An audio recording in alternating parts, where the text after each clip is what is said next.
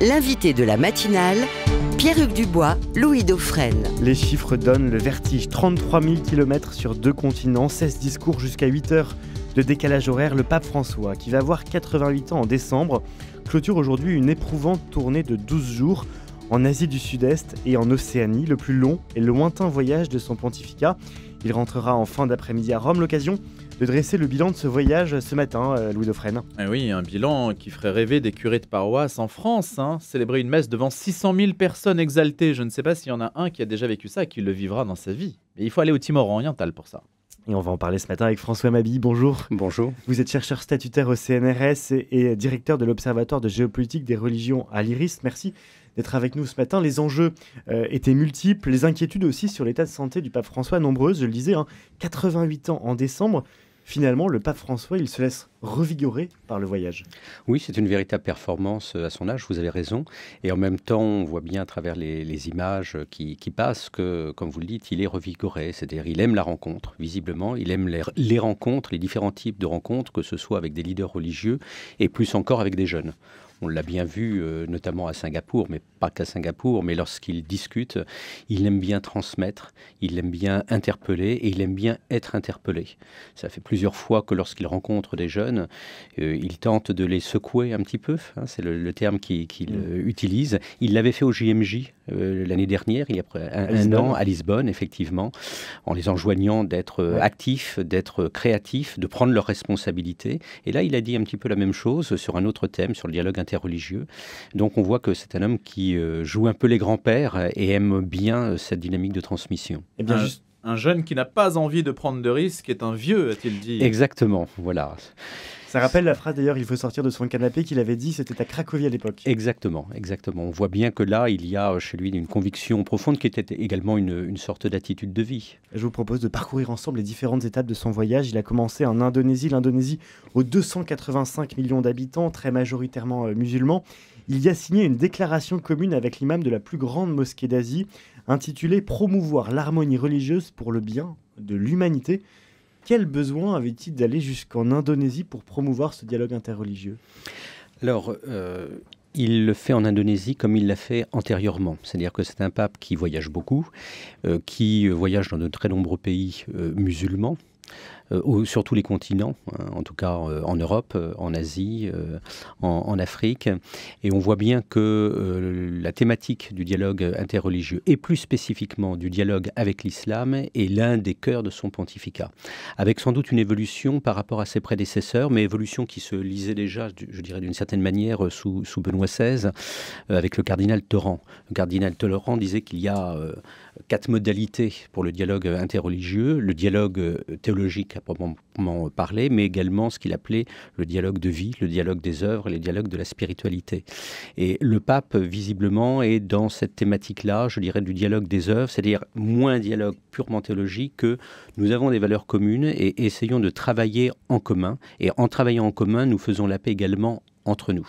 Et donc, ce qu'il essaie de promouvoir, c'est ce que j'appellerais une politique de tolérance entre acteurs religieux, et notamment entre acteurs musulmans et acteurs catholiques. D'où le fait qu'il signe des documents. Je crois que c'est important. Vous savez, il y a cette phrase, les paroles s'envolent et les écrits restent. Voilà. Et bien là, les écrits restent. Il a signé en 2019 un document sur la fraternité humaine avec le recteur de l'université Al-Azhar. Voilà. Il a re-signé un autre document, là, effectivement, en Indonésie, et c'est dans la même continuité. Pourquoi, François Mabille, n'engage-t-on pas un dialogue théologique avec les musulmans ? Il existe. Hier, à la conférence épiscopale de France avenue de Breteuil, étaient célébrées les 50 années du service des relations avec l'islam. Donc ce dialogue existe, mais c'est un dialogue entre spécialistes. C'est un dialogue qui est difficile. C'est un dialogue qui peut avoir également ses impasses. Voilà. Et le pape, d'ailleurs, en Indonésie, l'a dit. Ce dialogue théologique existe, mérite d'être poursuivi. Et en même temps, de manière sans doute pragmatique, le pape dit: ce qui m'intéresse, c'est qu'on puisse aller au-delà, travailler ensemble et avoir cette espèce de cadre normatif qui fait qu'on s'accepte les uns et les autres. N'oublions pas que les catholiques constituent une minorité dans de très nombreux pays. Mais on a le sentiment que le dialogue se limite au fait d'acheter la paix civile, en fait. D'une certaine façon, acheter symboliquement la paix civile dans les pays où les chrétiens sont persécutés, qu'on ne va pas au-delà. En fait, on ne parle pas des choses sérieuses, c'est-à-dire on ne parle pas de Dieu. C'est une façon de voir, effectivement. Vous pouvez penser cela, effectivement. Ça peut être également... pour vous aiguiller. Hein. Oui, j'entends bien. On peut penser que c'est une approche, effectivement, très pragmatique et très réaliste. Vous voyez, un dialogue théologique qui ne déboucherait pas sur du concret, sur une amélioration des conditions de vie des minorités chrétiennes, et là, en l'occurrence, des minorités catholiques. Qu'est-ce que cela veut dire? Donc, je pense qu'il y a dans l'approche actuelle du pape et plus largement de la curie romaine, de la secrétaire d'État, cette idée que le dialogue et les relations entre les religions se font à différents niveaux, aussi bien théologiques que religieux que politiques. Lorsque vous regardez qui sont les interlocuteurs du pape, vous voyez que ce sont des leaders religieux, mais également des leaders politiques. Et donc, les relations se font avec les Émirats arabes unis, avec l'Arabie saoudite, en Irak, etc.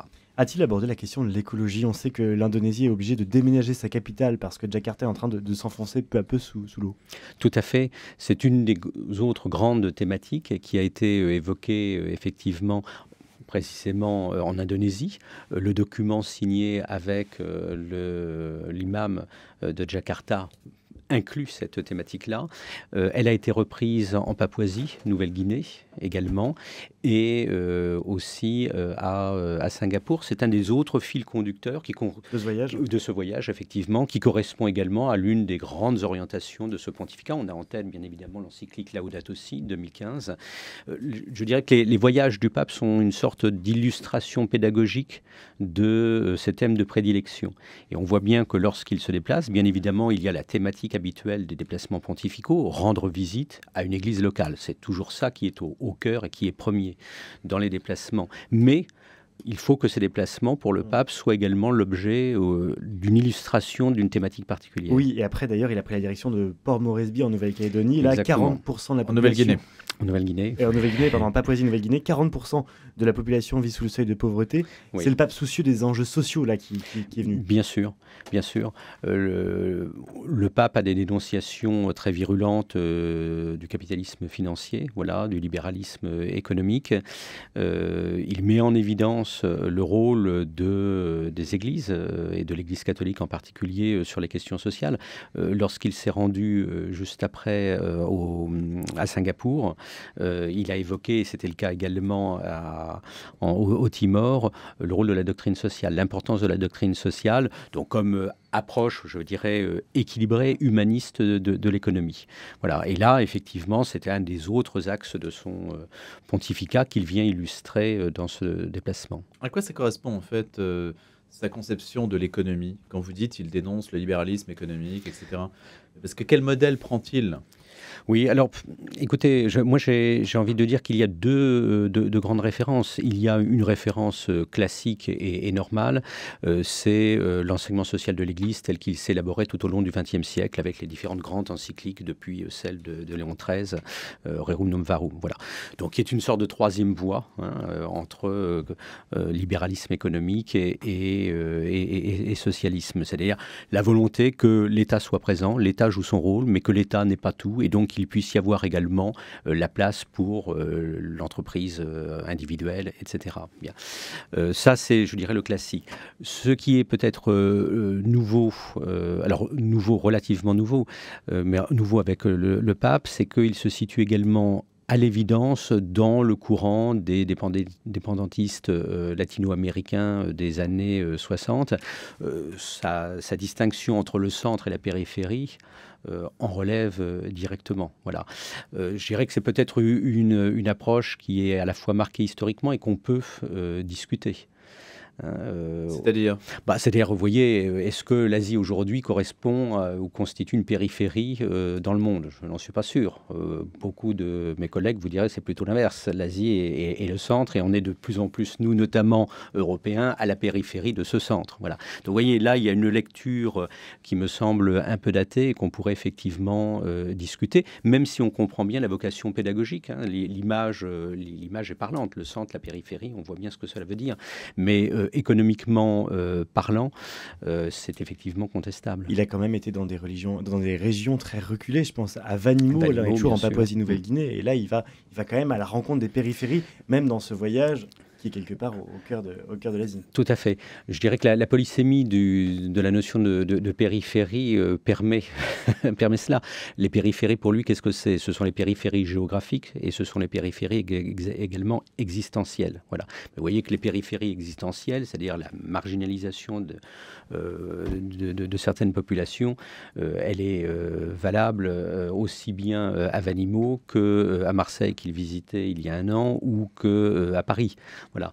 Donc l'expression est assez imagée et elle peut être utilisée effectivement dans de nombreuses occasions. Mais sur quels critères, en fait, appartient-on à la périphérie, François Mabille? Oui, c'est un critère de revenu, c'est matérialiste, c'est quoi?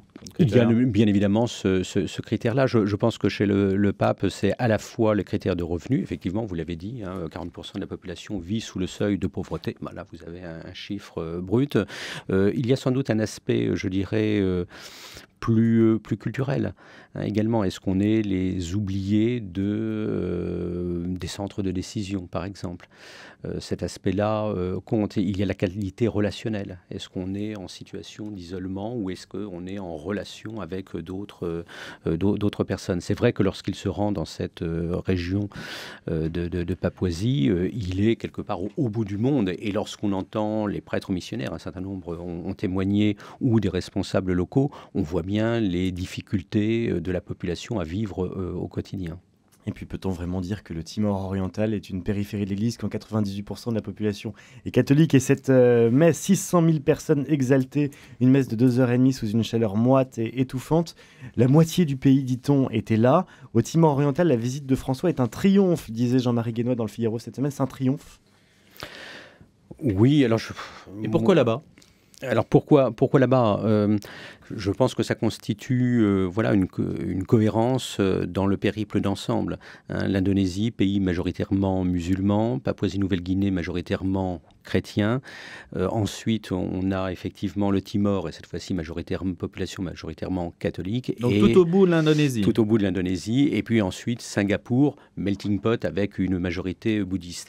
Vous voyez que le thème, alors je ne dirais pas du dialogue interreligieux, mais de la coexistence des religions et la manière dont politiquement cette coexistence peut être organisée est importante. Et là, c'est une façon de dire à une population majoritairement catholique, faites vous-même attention à vos différentes minorités, voilà, et puis de rappeler le lien qu'il peut y avoir entre une culture nationale, et puis l'évangile. La thématique de l'inculturation est là très forte. Mais quel regard porte-t-il sur le modèle singapourien? Parce que précisément, on peut dire que Singapour a développé un modèle de coexistence des religions. Oui. Est-ce que ça, le pape y est favorable? Est-ce que c'est ça qu'il promeut? Écoutez, moi, je n'ai pas entendu de propos très précis sur le sujet. Il y a eu effectivement un éloge de la coexistence. On n'a pas entendu de propos du pape sur le régime politique, qui est quand même un régime assez marqué et autoritaire. Voilà. Mais ce n'était pas l'objet, ça aurait pu faire l'objet néanmoins d'une... Mais qui discipline les populations. Qui discipline les populations, effectivement. Et avec, y compris d'ailleurs des catholiques qui sur place disent finalement la liberté religieuse existe, certes, mais enfin dans un certain nombre de limites que l'on perçoit assez rapidement, effectivement. Et il y a toute la question aussi du rapport aux religions locales ou aux traditions, aux croyances locales. Je pense au Timor avec une tradition aussi animiste. Est-ce qu'il s'est prononcé là-dessus, le pape François?